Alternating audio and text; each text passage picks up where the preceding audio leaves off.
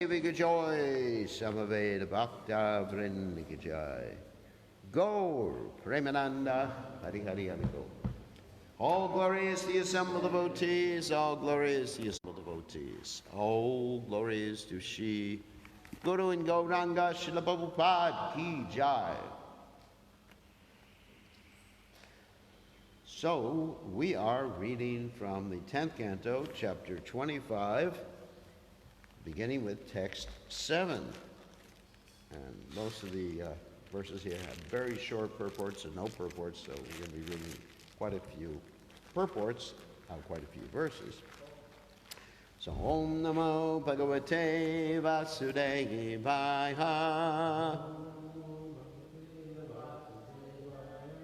Om Namo Bhagavate Vasudevaya. Om Namo Bhagavate Vasudevaya.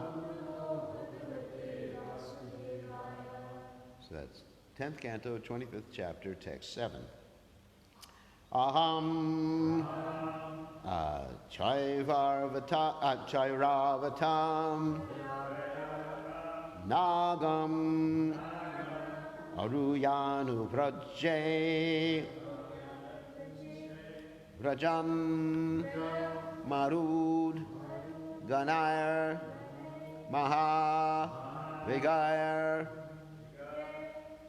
Ananda Goshta Jigham Siha Aham Chairavatam Nagahum Aruyanu Vraje Vrajam Marudganar Mahavegayar Nanda Gosta Jikham Siha Aham Chairavatam Nagahum Aruyanu Vraje Vrajam Marudganar Mahavegayar Nanda Gosta Jigam Siha Aham Chairavatam Nagam Aruyanu Vraje Vrajam Marudganar Mahavegayar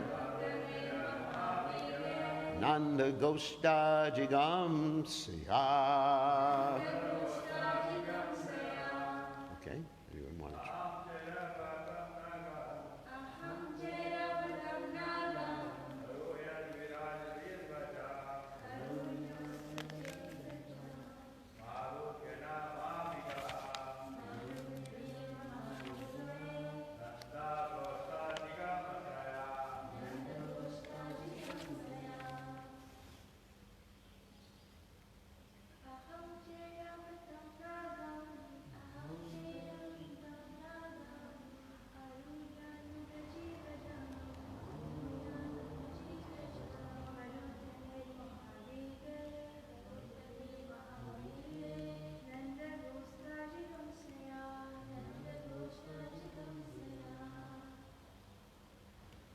Right. Aham, I, cha, also. Airavatam, named Airavata. Nagam, my elephant. Aruya, riding. Anubraje, will follow along. Brajam, to Braja. Marudganahe, accompanied by the wind gods. Mahavigahai, who move with great power.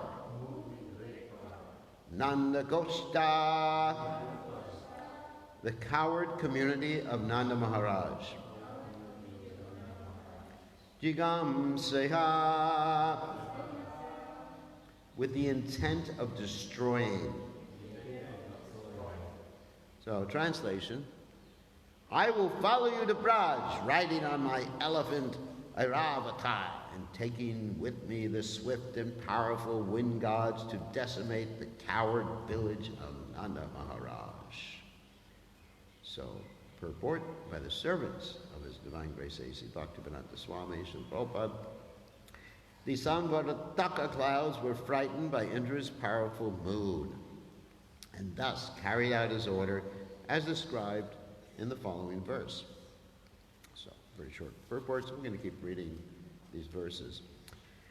Shri Sukurvachi Tamagavata Gyapta Mega Nirmukta Bandanaha Nanda Gokulam Masarai Hidayam Surojasa. Shukadeva Goswami said, on Indra's order, the clouds of universal destruction, released untimely from their bonds, went to the coward pastures of Nanda Maharaj. There they began to torment the inhabitants by powerfully pouring down torrents of rain upon them. So purport, the Samvartaka clouds could cover the entire earth with a single vast ocean. With great strength, these clouds began flooding the simple land of Braja. Vidyotamana vidyudbui stananta stanayitnubihi tivrai marudganarnuna vavrishur jala sharkaraha. Propelled by the fearsome wind gods, the clouds blazed with lightning bolts and roared with thunder as they hurled down hailstones. So, purport. Srila Shridhara Swami explains that the word Marud Ganahai indicates the 7 great winds such as Avaha, who presides over the region of Bhuvar Loka, and Pravaha, who holds the planets in their places. Okay. Actually, it's very interesting. These wind gods, actually there's 7 main ones, and there's 49 total wind gods, Maruts, and that's explained in the Srimad Bhagavatam. So the story goes as follows, that Diti, the mother of the demons, of the Daityas, wanted to, basically, she wanted to have a son who would kill Indra. So she went to her husband, Kashyapa, and she said to her husband, Kashyapa, anyway, she acted real sweet. She said, my dear Kashyapa, I love you. You're such a good husband. So what do they say? Too much devotion is the sign of a thief.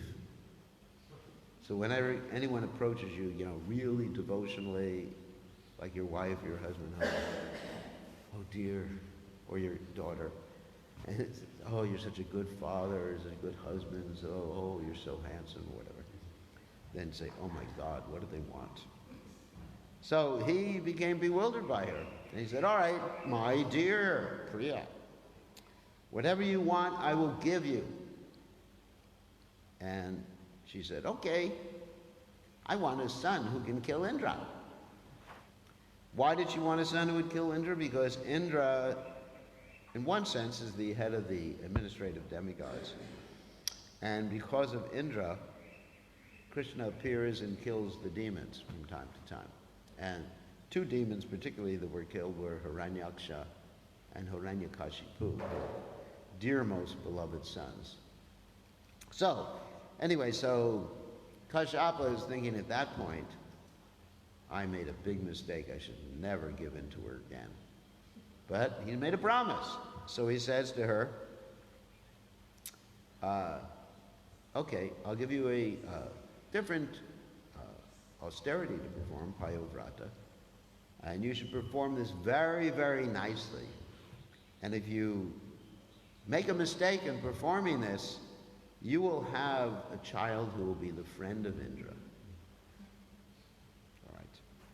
So what happened is that Indra, he began to serve his aunt, because that was his aunt.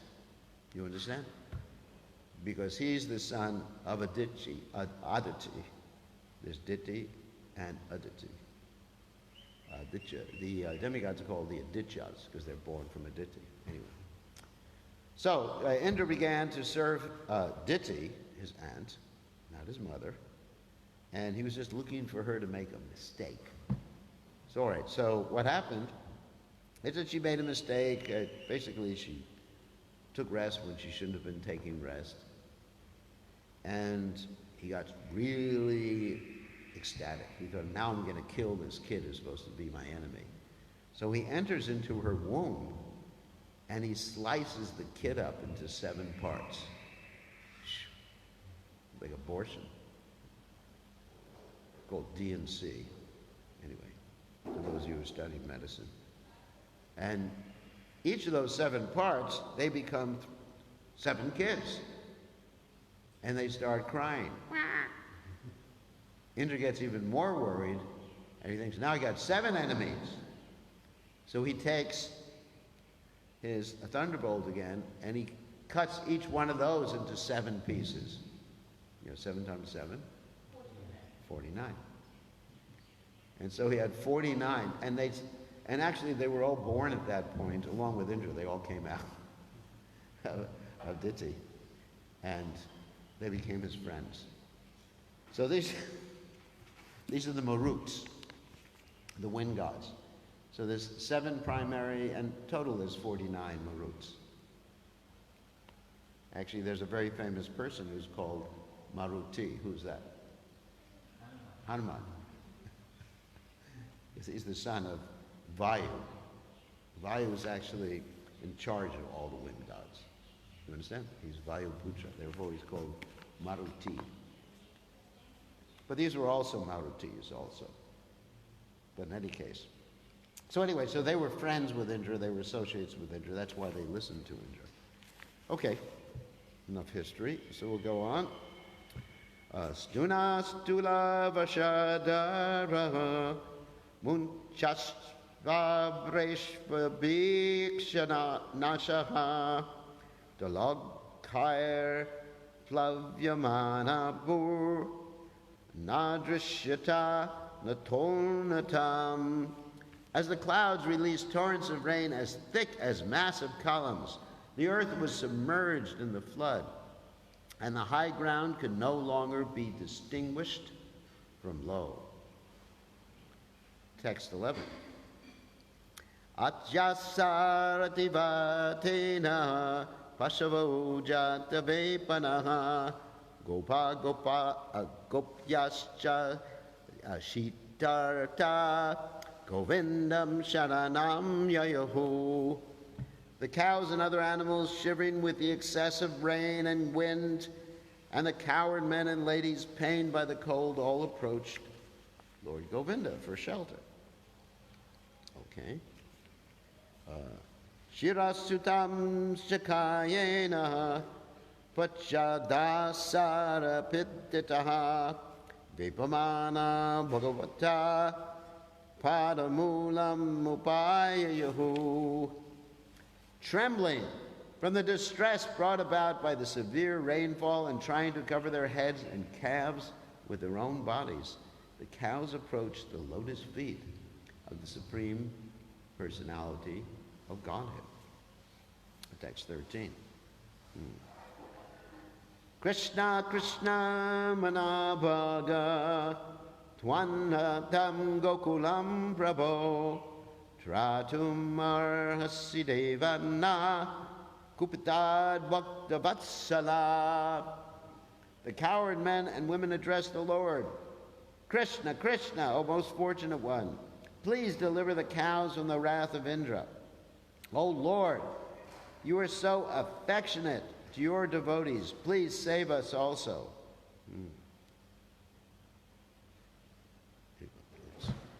So purport. At the time of Lord Krishna's birth, Gargamuni had predicted, Anena sarva durgani uyam anjas tarishyatha. Bhagavatam, 10th Canto, 8th chapter, text 16. By His grace, you will easily cross beyond all difficulties. The residents of Vrindavan were confident that in such a great emergency, Lord Sri Narayan would empower Krishna to protect them. They accepted Krishna as everything, and Krishna reciprocated their love. And finally, we'll read text 14, and we'll talk about that. Shilavarsati vatena ahanyamanam achetanam niriksha bhagavan mene kupitendra kritam harihi. Seeing the inhabitants of his Gokul rendered practically unconscious by the onslaught of hail and blasting wind, the Supreme Lord Hari understood that this was the work of angry Indra. So, purport. Srila Vishwanath Chakravarti Thakur explains that the severe distress Indra apparently inflicted upon the residents of Vrindavan was an arrangement made by Sri Krishna's pastime potency to enhance the loving dealings between the residents and the Lord. The Acharya gives the analogy that for a hungry person, the pain of hunger increases the happiness he feels when he finally eats excellent food. And thus hunger can be said to enhance the pleasure of eating. Similarly, the residents of Vrindavan, although not experiencing ordinary material anxiety, felt a type of distress at the activities of Indra and thus intensified their meditation on Krishna. When the Lord finally acted, the result was wonderful. So, Om Ganat Timirandasha, Gananjana Shalakaya Chakshur Unmiritam Yena, Tasmai Shri Gurave Namaha. So I'd like to address a broader topic here, not only this particular pastime, but basically what happens to all the devotees of the Lord.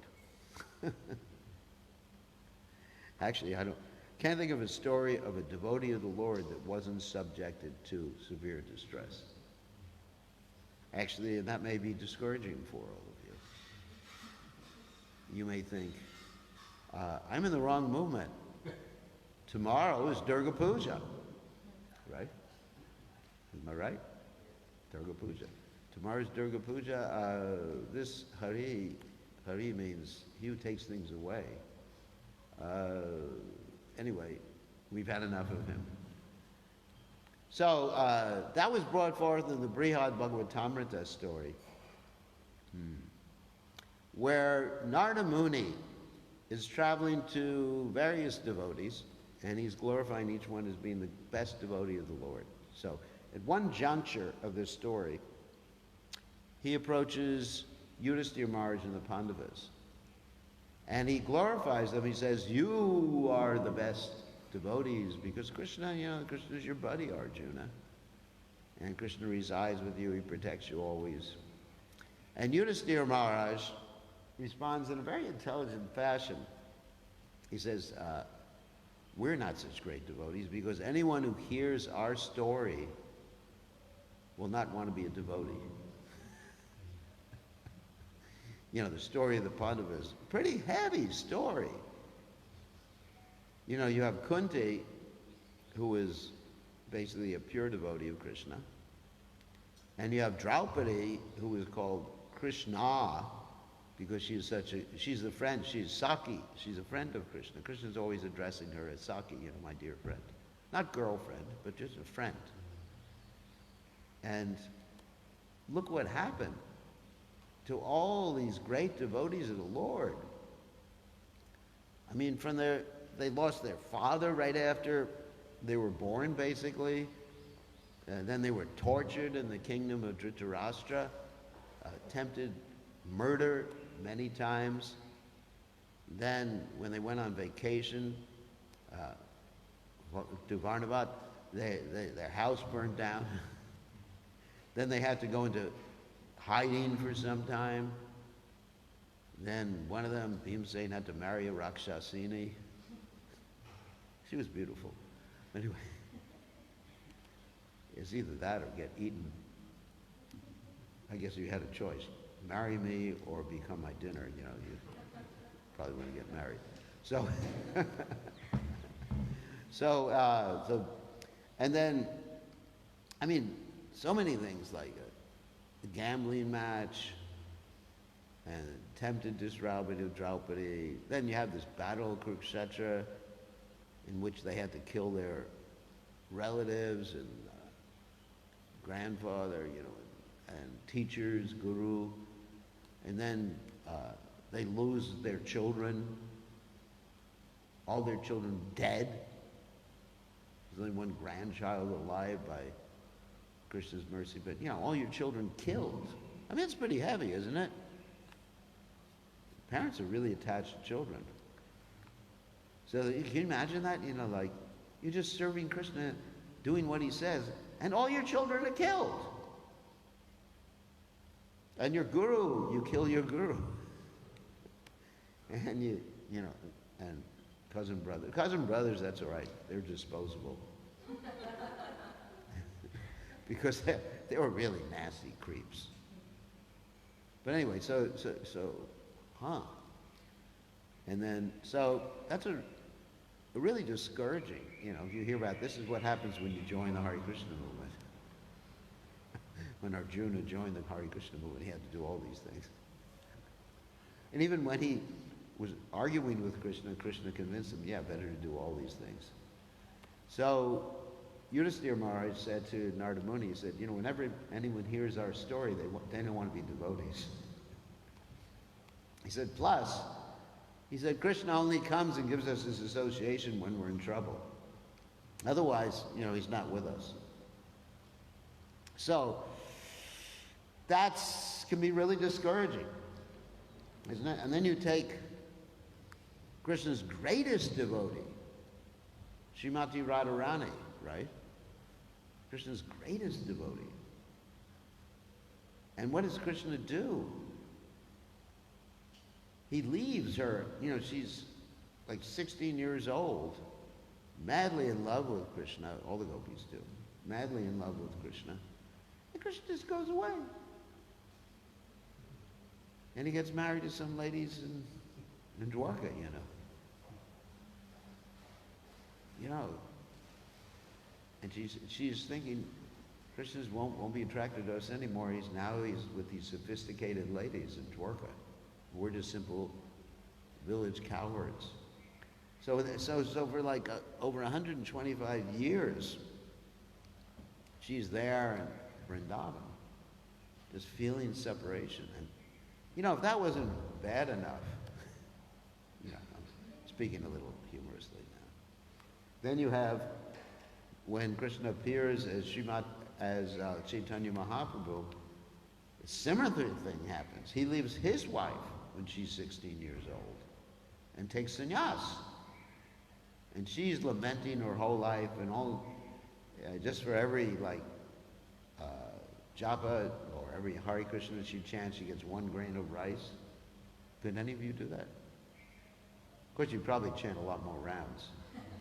If I told you for only one mantra you can only have 1 grain of rice, you'd probably be chanting 192 rounds a day. So, I mean, so Lord Chaitanya left her. She never saw him again. And then you have, you know, if that wasn't bad enough, then you have Lord Ramchandra doing the same thing. She was 16 and pregnant. And then he doesn't just leave her, he drops her off in the forest. Oh my God. What kind of God is this, isn't it? He just drops her off in the forest, and there she is, experiencing separation. Finally, when he agrees to let her back after, you know, the kids are a little older, he asks her, he insults her. He says, you should attest to your chastity. And she gets so upset, you know, at this point she can't stand it anymore. She calls for the Mother Earth to come and take her away from this horrible place. And she's greatest devotee, Sita Devi, you know, she says to the Mother Earth that if I have never thought of anyone else other than my Ram, you should come and take me away. So it's understood that she was completely dedicated. Not like the modern day ladies, they think of this man, that man, or the man, they think of this woman, right? They're watching the other women go by and think, oh, I should have married her. Why did I make that mistake? So, or I should have married him. What a mistake I made. It's too late now. So, this is chastity. And look what happens. And there's other stories of regular devotees too, how they're put into extreme distress by the Lord. I was reading this story the other day about this associate of Lord Chaitanya named Gopinath Pattanayaka. It's a story from the Chaitanya Charitamrita. And he was a tax collector, and he was working for Maharaj Prataparudra, collecting taxes, and somehow or other he kept a little bit too much. He kept a little bit too much of the taxes. And so the king brought him and he said, how are you going to pay what you owe? And he said, please take some of my horses. So he brought his horses out, and the king's son said, these horses, he undervalued the horses, and the king's son had a little quirk of looking up in the sky like that. And this Gopinath Pattanayaka, he said, my horses don't look up in the sky like you, prince. And so he insulted the prince, and the prince thought, well, we've got to get the money from him, and I'm really angry with him. So we put him on what's called the chunga to scare him, or even kill him. A chunga is like a platform. That's how they used to kill criminals in the old days. They would have a platform and then swords underneath the platform. And they would push someone onto the sword. The swords were facing up. And when you were pushed onto it, you had, obviously, it wasn't pleasant. It wasn't like going to sleep at night on a bed. It was death. So he was put there, and then his brother name was Vaninath Roy, was put there. And these are the brothers of Ramananda Roy. And it's interesting that Ramananda Roy and his brothers are the incarnations of the Pandus in Lord Chaitanya's pastimes. And their father, Bhavananda Roy, is Pandu himself. So all these are pure devotees. And so he's put there, and his brother's put there, and they're getting ready just to push him off. And then he really starts chanting his rounds well. Hare Krishna, Hare Krishna, Krishna Krishna. He didn't have his japa beats, so he had to count on both hands. Hare Krishna, Hare Krishna. You really chant good japa in a situation like that, isn't it? Just like when I'm sitting in the car and someone's driving, I think I say my best japa when, it's not the fault of Parmeshwar, but sometimes a car cuts in front of us. It's not his fault. Sometimes, there's real crazy drivers here in Fiji. So a car goes, Hare Krishna! So in this way, whatever rascal cut us off is helping me chant japa better. So, people often ask me, why do you do that? I said, well, it's an obvious why I do it. When you're in danger, you have to train your mind to go, Hare Krishna, not, ah! The ladies all go, ah! If you do that at the time of death, then you just become another lady in your next life. So you should chant Hare Krishna. So anyway, so getting back to the story. So the devotees, they went to Lord Chaitanya Mahaprabhu, and they said to Lord Chaitanya Mahaprabhu, your devotees are being thrown into this, the changa, they're going to die. And Lord Chaitanya said, what do they do? And they explained. And Lord Chaitanya said, well, they have to pay their debts. This is their karma, basically. He didn't say that, but he said they have to pay their debts. The king is doing the right thing. And he said, don't bother me. If you bother me with these mundane people, I'm leaving. So everybody got really scared. But Lord Chaitanya eventually said, if you really want to save them, pray to Lord Jagannath. So anyway, by Lord Chaitanya's knowing about these things, they got saved. Because there was this other devotee, Kashi Mishra, who informed the king that, hey, these great devotees are going to be killed, and the king was a great devotee. Oh, so then they were saved by Lord Chaitanya's mercy, but the point is they were actually chanting nicely. And then what happened is that Kashi Mishra revealed to the king that Lord Chaitanya loves these devotees, and then the king actually not only forgave them, but gave them more money. Anyway, so the point I'm making by this particular story, and there's many stories, is that the pain that Krishna puts his devotees in increases the bhav that the devotees have for Krishna. And for those who are not pure, it helps them understand the nature of this world. Like if everything went well, you would become bewildered and you wouldn't want to be Krishna conscious. You know, if you have the perfect weather all the time, perfect family members who always listen to you, perfect business, you always made a lot of money, forget about Krishna. Who needs him? Right? If everything just goes perfectly. Just like, I was just visiting Hawaii. It's very difficult to find serious devotees because everything is so beautiful. It's a vacation spot. It's like Fiji without all the problems. You know, anyway, it's beautiful. So, therefore Krishna says, Yashaham anagurunami, Harishe tadinam shanai. For those who I especially favor, I take away things, I put them in trouble. I give them pain, whether it's adhyatmic, adhibodic, or adhidaivic pain. You understand? Adhyatmic, pain from the body and the mind, pain from other living entities, and pain from the material nature in general. So this helps us. That's for people who are not yet Krishna conscious, okay?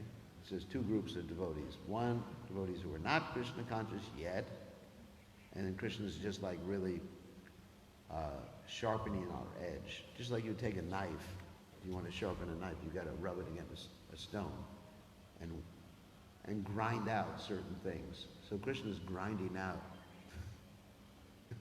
our impurities.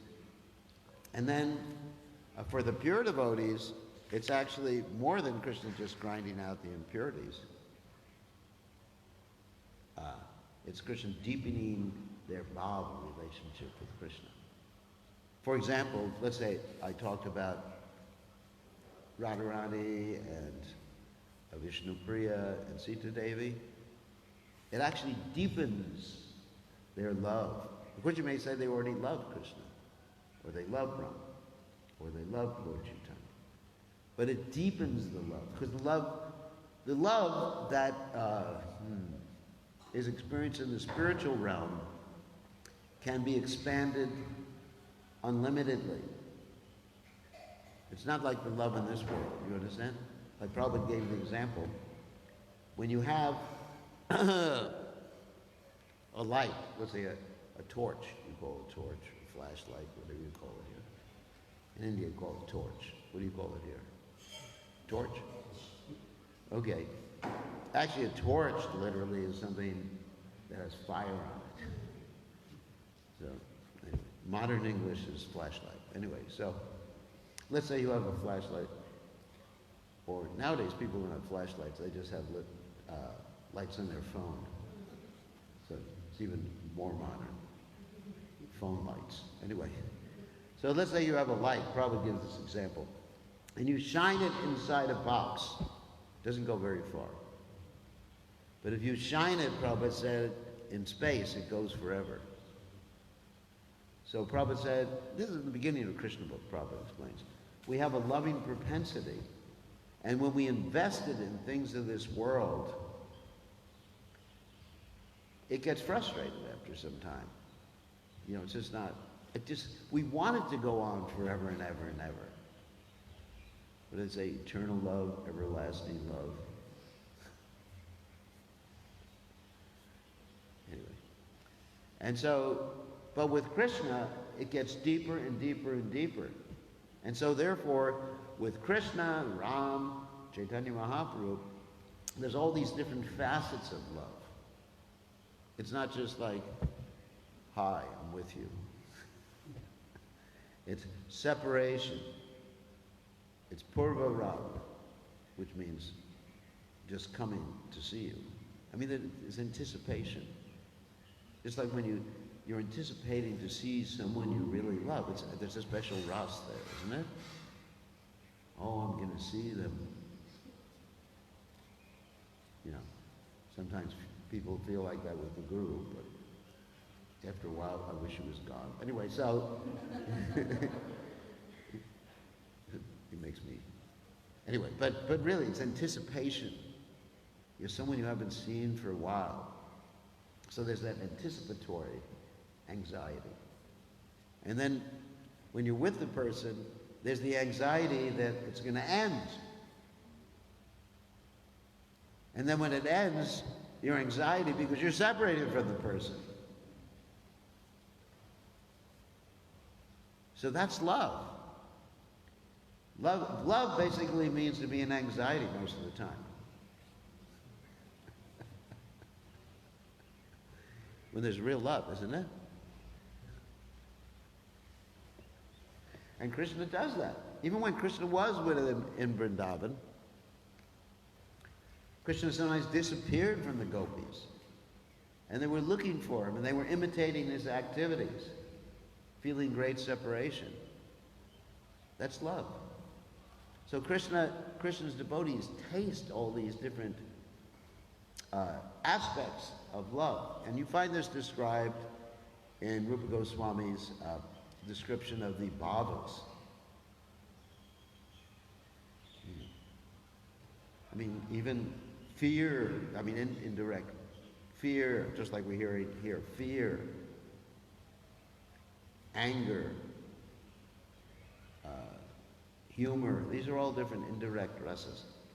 And so the devotees love that. I mean, just like even if you're eating some prasadam, sometimes you like some prasadam that's extremely spicy and even painful, right? You put enough chilies in. I remember Prabhupada taught me to cook, and they had so many chilies in the dal. Then you put it in, the devotees would run out. When you put the chants in, you call it chunk anyway. When you put we probably call it chants. When you put it in, everybody runs outside, and when you drink it, it's like fire comes out of your ears.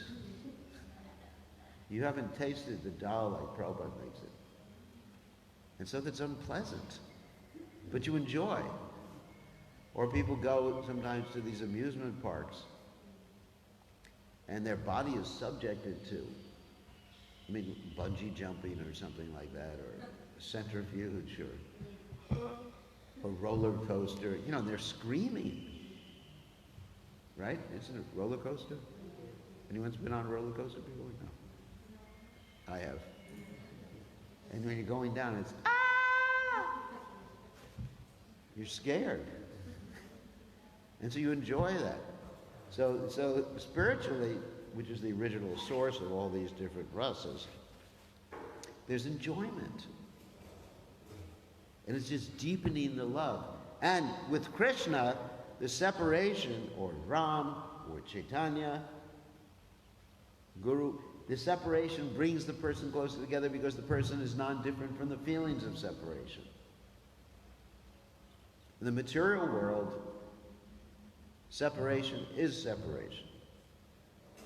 And even meeting is separation. Because you're not really with the person.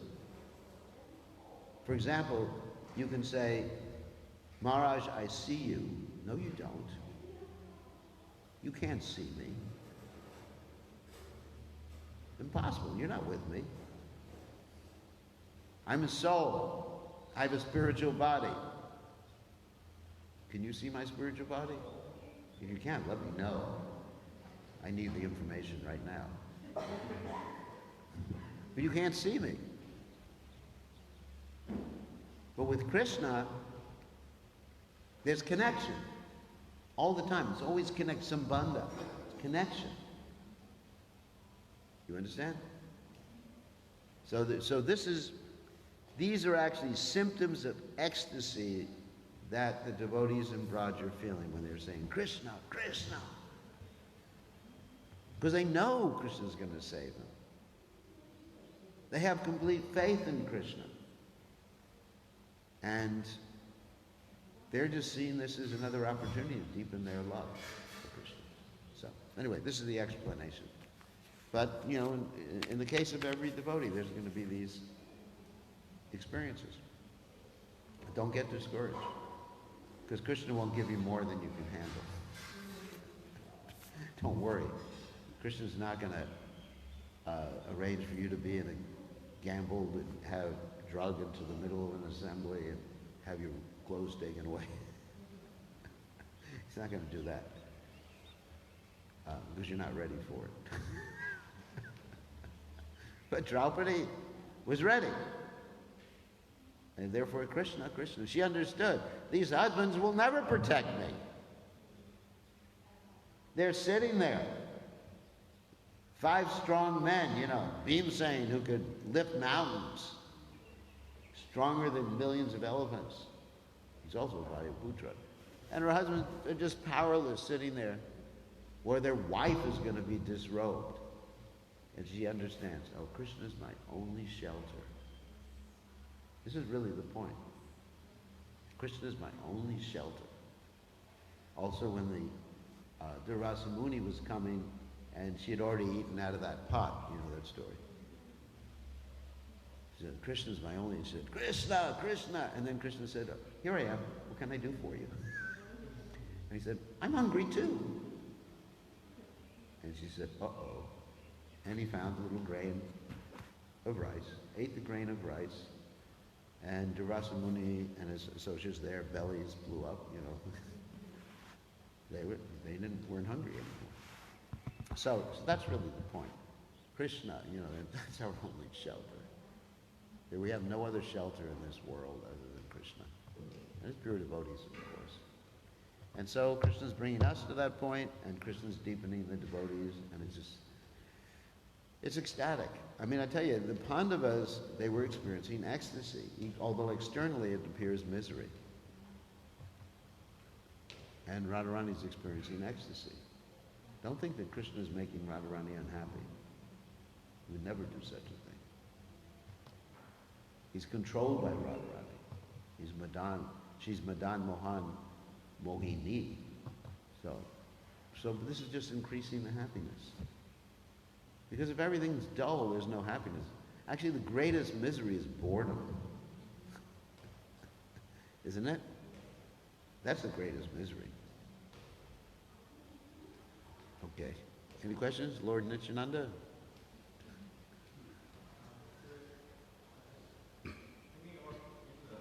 Yeah. He's not a pure devotee.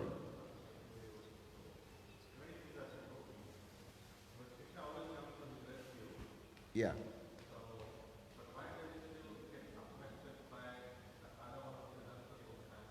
Because he's a Sakama devotee. Haven't you seen even devotees in the temple get angry with each other sometimes? And yell at each other? You've never seen it? Yeah. Did you ever yell at your wife? Are you a devotee?